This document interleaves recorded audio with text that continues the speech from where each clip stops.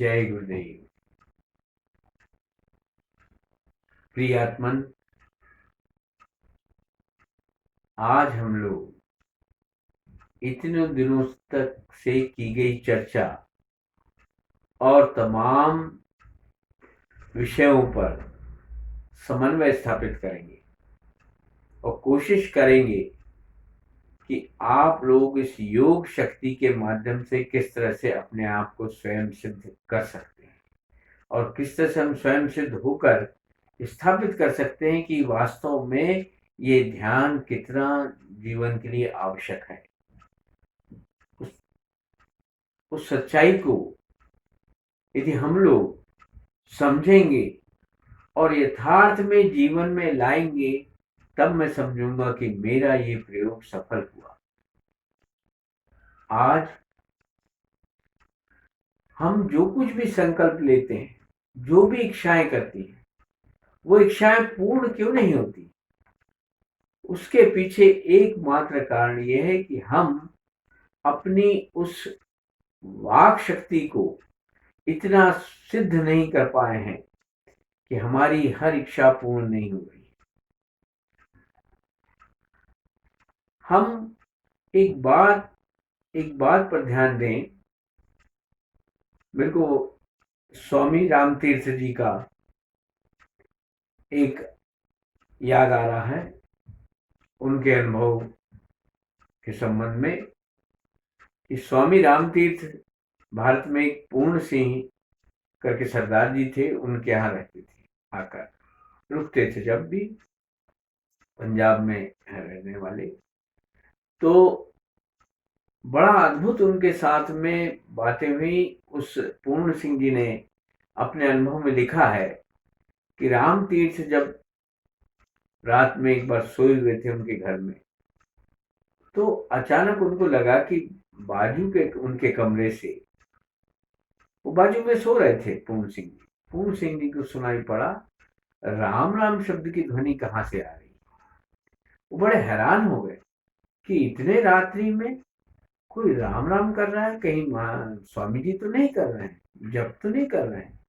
तो स्वामी जी कमरे में बड़े हौले से वो धीरे से गए, दरवाजा धीरे से खोल कर देखा तो स्वामी जी तो सो रहे हैं, लेकिन उन्हें तत्काल आभास हुआ कि ध्वनि तो उन्हीं के कमरे से आ रही है, उन्हीं के पास से आ रही है। तो और करीब गए, उन्होंने बिल्कुल ऐसा उनके पैर के पास में जाके खड़े हुए, तो लगा कि कहीं ध्वनि आ रही है यार, इन्हीं के पास से आ रही है। तो उन्होंने हाथ लगाया, तो उन्हें एकदम से झंझनाहट सी हुई। वो कान के पास में गए तो लगा शायद कान से आ रही है उन्हें, मुंह तो हिल नहीं रहा है, गहरी नींद में सो रहे हैं। फिर उन्होंने सुबह इस बात की चर्चा स्वामी जी से कही, तो स्वामी जी हंसे, मुस्कुराए। उन्होंने कहा, ये संभव है कि मेरे शरीर से इस तरह की ध्वनि निकल सकती है, अच्छा हुआ तुम साक्षी हो गए। ये जब भी राम रम जाएगा आपके, अब राम रम गया मतलब क्या हुआ कि ईश्वर वास्तव में आपके साथ में जुड़ गया। जिस तथाकथित ईश्वर के बारे में मैं नहीं कह रहा हूं, कि हम अद्वैत सिद्धांत पर काम कर रहे हैं इस ध्यान के माध्यम से, और जब अद्वैत होकर ईश्वर हमारे शरीर में समाहित हो जाते हैं, तो वो हमारे शरीर से प्रकट होंगे, वो ध्वनि आने लगेगी, रम जाएगा ईश्वर। ये सच्चाई है। वैसा ही ध्यान की इन विशेष उपलब्धियों के माध्यम से आज 15-20 सालों में मुझे बहुत सारे लोगों के इस तरह के अनुभव आए हैं। यदि कोई साधक बॉम्बे मुंबई में बैठकर ध्यान कर रहा है, उसको भी वे अनुभव होते हैं जो मेरे सामने बैठकर होते हैं। ये बहुत बड़ी सच्चाई है। अचानक अपना शरीर का तेजी के साथ हिल जाना, तेजी के साथ उड़ जाना, उछल जाना, और उसमें आनंद का पैदा हो जाना, ये सच्चाई, ये बहुत बड़ी सच्चाई। उस सच्चाई को अनुभव करने की जरूरत है। और ध्यान क्या करेगा? ये उपलब्धियां दिलाएगा आप। अब दो चीजें हो गई अपने ध्यान पद्धति में। आप बिना जप किए आप उन मंत्रों की शक्तियों से वाकिफ हो रहे हैं। मंत्र किस तरह से काम करेगा?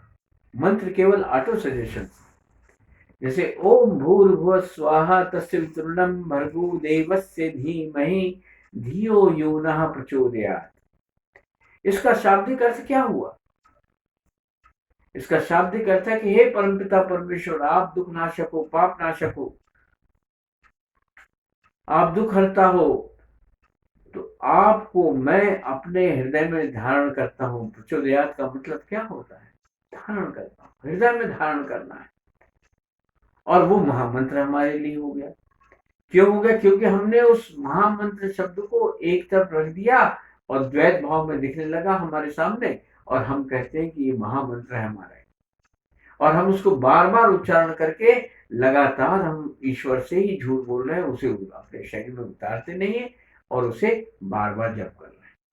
तो हमारी इस ध्यान पद्धति में विशेषकर दो बात हो गई कि एक तो हमें जप नहीं करना है, दूसरा उस जप को केवल बोल के छोड़ देना है। किस तरह से? नदी में जब हम नदी में किनारे की ओर दूसरे किनारे की ओर जाना चाहते हैं, किसकी सवारी करते हैं? हम एक नाव की सवारी करते हैं और अपने नाविक से बोल देते हैं भैया हमें उस पार जाना है, और उस पार आप पहुंच जाते हैं। उस पार पहुंचने के बीच में क्या होता है? हमारे विचार पैदा होते रहते हैं, हम देखते रहते हैं कि उस पार कैसे लोग दिख रहे हैं, या हमारे छूटे पीछे छूटे वाले इस किनारे पर व्यक्ति किस तरह से दिखाई दे रहे हैं, या नीचे हमें मछलियां दिखाई दे रही हैं, पानी की धार किस तरफ बह रही है। ये सारी चीजें आप देखने लगते हैं। ये क्या है? बिल्कुल जीवन में आने वाले विचार हैं। उन विचारों को भी रोकने की जरूरत नहीं। दूसरी बात ये हो गई इस विशेष ध्यान पद्धति में, दूसरी बात क्या है कि विचारों को देखते रहना है, उनको रोकने की कोशिश नहीं करना है, न चलाने की कोशिश करना है, न किसी विशेष विचार पर ठहर जाने की कोशिश करना है। अब क्या घटित होता है? आप कब वहां पहुंच जाते हो आपको एकाएक पता नहीं चलता। दूसरे किनारे पर आप पहुंचकर बड़े खुश हो जाते हो, आनंद से भर जाते हो, क्योंकि हमारा उद्देश्य पूरा हो गया, हमने उस लक्ष्य की प्राप्ति कर ली। ये सच्चाई आपको दिखाई देती है। और वैसा ही इस विशेष ध्यान पद्धति में विशेष आवश्यक है, आपको वो चीज पा लेना है जिसको हम समाधि कहते हैं। और समाधि क्या करेगी? आपको समाधान दिला देगी। बुद्ध का मतलब क्या है? संपूर्ण उस शून्य की स्थिति में पहुंच जाना ही बुद्धता है। बुद्ध कोई नाम नहीं है, एक अनुभव है। महावीर भी नाम नहीं, सिद्धार्थ गौतम उनका नाम था, लेकिन बुद्ध हो गए ये कहा जाता है। तो बुद्ध होने की स्थिति क्या है? वही वाली स्थिति जो स्वामी रामतीर्थ को हुई। हम उस स्थिति को पाने की कोशिश करनी चाहिए और होना चाहिए और हो जाना चाहिए। अब गुरु क्या करता है आपके सामने बैठ? गुरु निश्चित तौर पर आपको उस स्थिति में ले जाता है, वो सहायक हो जाता है आपके। मैंने पिछले एपिसोड्स में भी आप लोगों को कहा है कि गुरु करते क्या है, केवल उनकी उपस्थिति मात्र की जरूरत है। जैसे हमारे सामने आज परम पूज्य गुरुदेव हमारे हैं बैठे, इनकी शक्तियों का एहसास होना चाहिए, और इनकी उपस्थिति मात्र से ही हमारे लिए वो शक्तियां प्रज्वलित हो जाती। ज्ञात क्या होता है? आत्मज्ञान और अज्ञात। आत्मज्ञान अज्ञात कब कहलाता है? जैसे हमारी जेब में रखी हुई माचिस की डिब्बी है, माचिस की डिब्बी को घर्षण करने पर ही अग्नि पैदा हो जाती है। माचिस की डिब्बी से जो हम लेते हैं सीख, उसको जैसे ही घसते हैं तो क्या होता है? ऊर्जा पैदा हो जाती है। उस ऊर्जा से तमाम चीजें उपस्थित हो जाती। ये हो गया अज्ञात को ज्ञात में बदल देना। आज हमारे सामने विज्ञान में किस स्थिति में पहुंच गया विज्ञान कि आपने रिमोट कंट्रोल उठाया और जो बटन दबाए आपका टीवी ऑन हो गया। ये स्थिति हमको पैदा करते हैं इस ध्यान पद्धति के माध्यम से। बिना कुछ किए वो ऊर्जा शक्ति जागृत हो जाए, उसके पहले पहले नाम दे दिए गए, कुंडलिनी शक्ति दे दी गई और उसे सहस्त्रार चक्र में पहुंचाने की बात कर दी गई। ये कैसा स्थिति बनेगी? ये गुरु की शक्तियों के माध्यम से वो ऊर्जा जागृत हो जाएगी, आपको ऊर्जावान बना देगी। और आप चाहे आप दूर देश में, दूर प्रदेश में, दूसरे प्रदेश में बैठे हो, वहां पर भी वो शक्ति कमाल करेगी। और ये सारी चीजें अपने आप होना चाहिए। आप कई बार कई साधकों का मैंने अनुभव देखा है कि उन्होंने हाथ रखा नाक के ऊपर, प्राणायाम की शुरुआत करी, क्योंकि ध्यान में शुरू में प्राणायाम करने की जरूरत है। और मेरा क्या आपको इंस्ट्रक्शन है, 2 मिनट प्राणायाम कीजिए और उसके बाद बैठ जाइए, छोड़ दीजिए अपने आप, और फिर देखिए कमाल क्या होता है। आपने जो ही हाथ रखा, एकदम से सांस बढ़ जाती है, एकदम से ऊर्जा बढ़ जाती है। क्यों होता है ऐसा? प्रश्न आपके अंदर पहले पैदा होना चाहिए। ये जिस दिन पैदा होगा, आप महसूस करेंगे कि गुरुदेव की उपस्थिति मात्र से ही हमारे सामने वो चीजें होने लगती। ये सच्चाई है उस गुरु की शक्तियों का, उनकी उपस्थिति मात्र से ही सब संभव हो जाता है। वो ऊर्जा जैसे जागृत होगी, आप इस दुनिया में अलौकिक संपदाओं से भर जाएंगे, अलौकिक चीजों से भर जाएंगे। तब वाक शक्ति, आपकी वाक शक्ति इस तरह से प्रबल हो जाएगी, आपने जो सोचा वो सत्य हो जाएगा।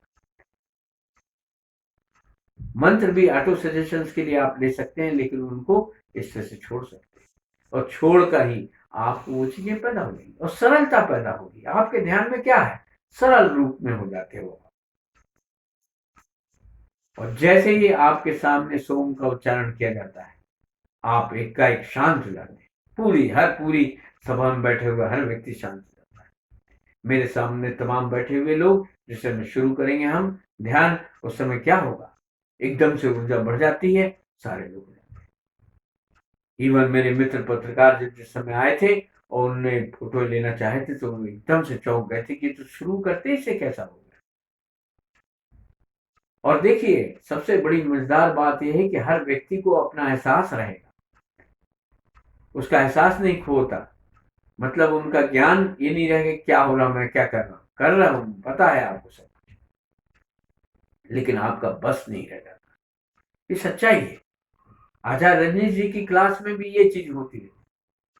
वो भी जब इस तरह से ध्यान कराते थे, तो जो लोग नहीं भी करना चाहते, नहीं भी सोचना चाहते, और उन्होंने कह दिया, तो वो एकदम से सबको होने लगता।